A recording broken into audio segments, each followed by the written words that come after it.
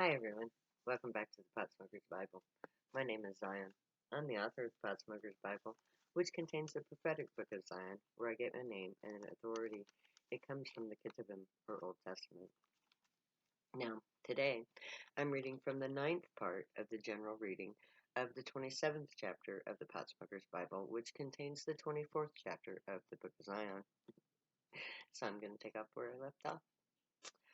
Remember, always, it's your body, it's your mind. You own it. No one can have it unless you give it to them. So don't invite anything in. The good ones are already there. If you can't see what's talking, question everything they say. Only that which is real becomes manifest. So challenge the fuck out of every voice you hear. When you do, you regain control over your mind, over your body, and always, always maintain control. When you enter the quantum field, by opening yourself up to God, you are capable of great things and of great evil. The dark ones try to get you to do their will. They want to make you one of them. But you are a child of light. You must give into the darkness of your own free will. That is their only power over you. You are the center of your reality. In the quantum field, you are God. In the now of the quantum field, your thought forms the next moment. You choose what to observe. You decide your own fate. So Schrodinger's cat, it's your cat. You decide if the cat is alive. You decide its fate. Then time manifests the observed time-space reality. It becomes set. Remember, the quantum field you enter is made up of every possible outcome and combined desire, and the combined desires of all outcomes predominate. Um, only only the one with the most amounts of belief will become reality. So the thought form projections that have the largest amount of energy units control the possibility wave and solidifies into physical recorded history reality. So to control the outcome, we must dominate the field. And it is the force of our will that determines our reality. Without a force of will to determine an outcome, the embedded outcome prevails, and a habitual reality is established and maintained. We live in just such a field. We let time-space shift around us as we passively observe what others brought into being. We are at the mercy of the time-space loop that we let play out all around us until we use our life force of will to change the loop.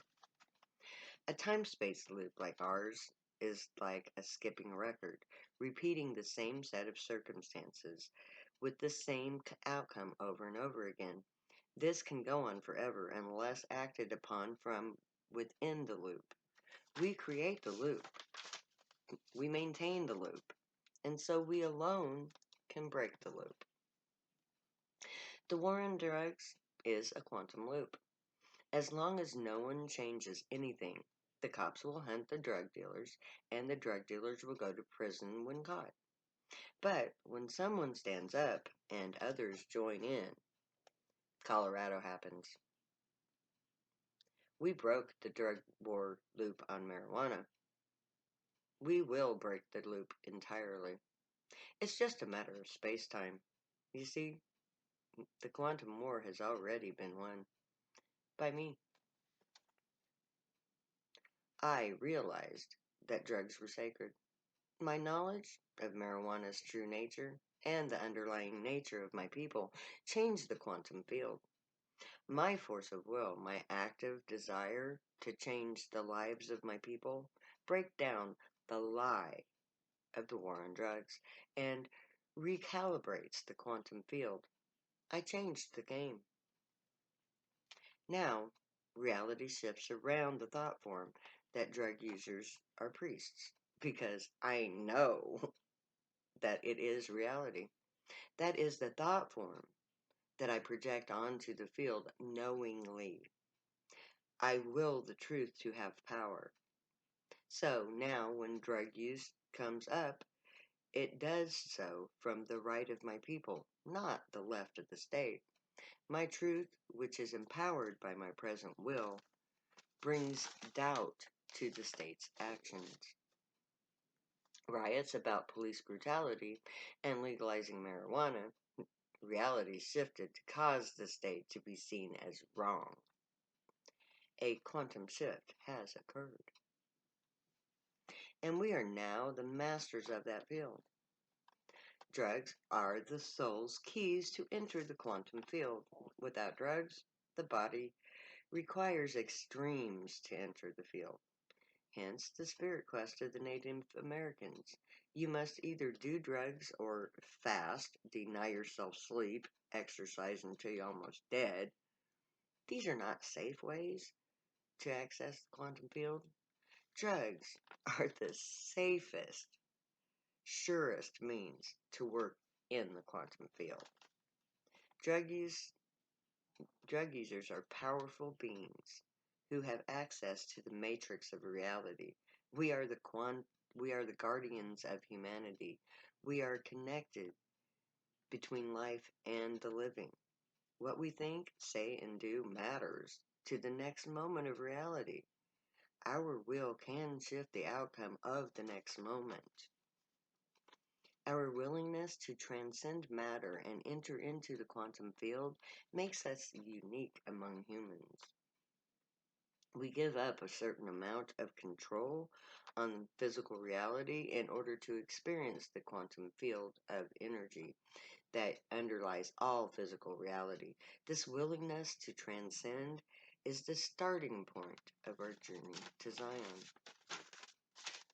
If you are a Zionite to your very core, you should understand this dual reality in which we live. When we all start to direct our will within our minds and focus our energy to our desired outcome, we will see our reality adjust. First, we will change, then that change will cause a wave of change that will create a new reality closer to your desired outcome. And it works in stages, people. Small individual changes of intent will cause ripples of expanding cause and effect, altering all future outcomes, which will translate into world-altering shifts of older hollow thought forms crumbling. No unempowered thought form can hold its form when a force of will is applied against it. It has no energy to withstand the force of will. Each small change changes everything in the mix. Change in reality doesn't occur until the shells of the outdated thought forms have all been destroyed by the energy waves coming from the empowered thought forms that are actively being constructed and or maintained. When this happens, the projected outcomes shift in favor of the new paradigm. All outcomes manifest in favor of the new reality, and all who are connected to the old reality experiences a reversal of fortunes. What used to work now doesn't work. What was true is now false. Change happens. Of course, change brings struggle. Those who lose the field are not going to know that the rules have changed. The loop of habit is so embedded that it is a force of law in the minds of those that practice it.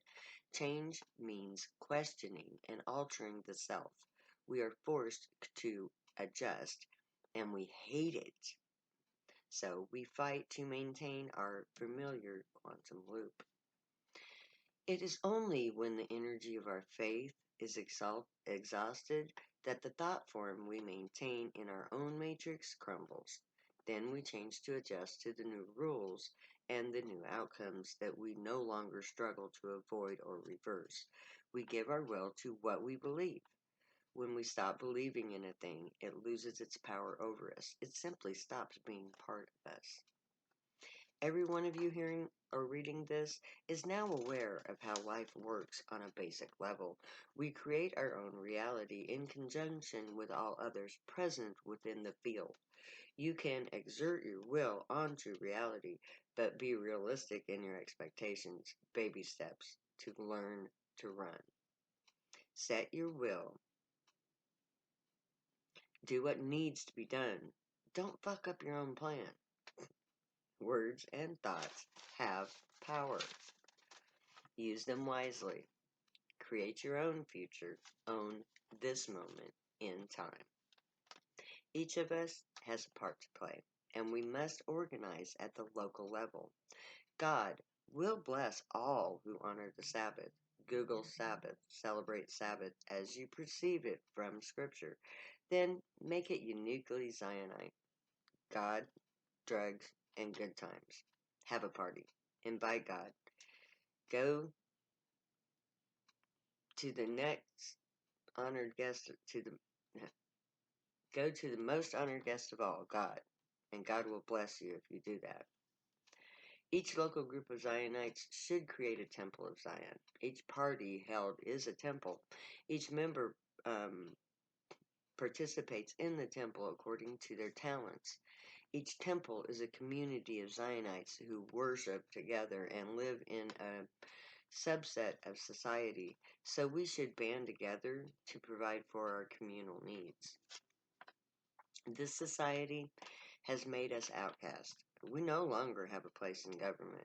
We no longer qualify for state aid. We are cast into the streets naked, hungry, and without shelter. We are in danger at every turn. No one in this society cares about our needs or our value to society. So, let's show them who we are and what we are capable of. If they want help,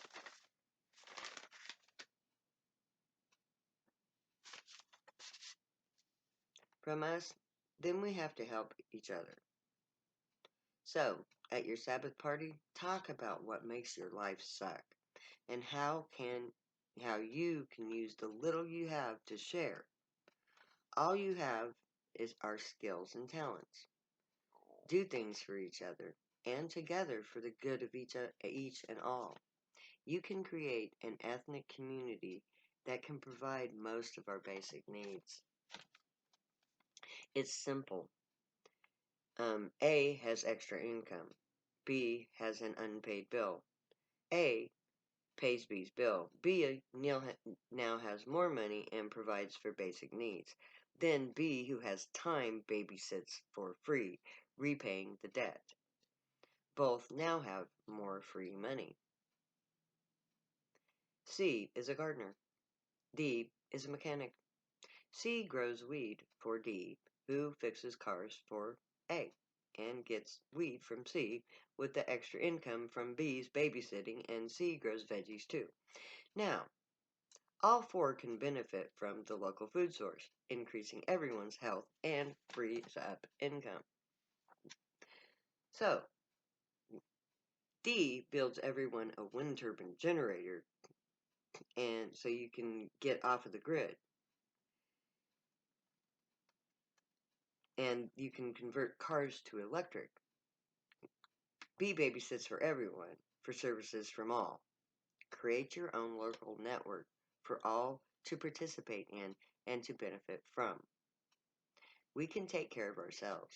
Each local group can come together as a Zionite ethnic group, a small force of will with the means to serve the core of power cast by the fools who think that they rule, but who actually have no true power at all.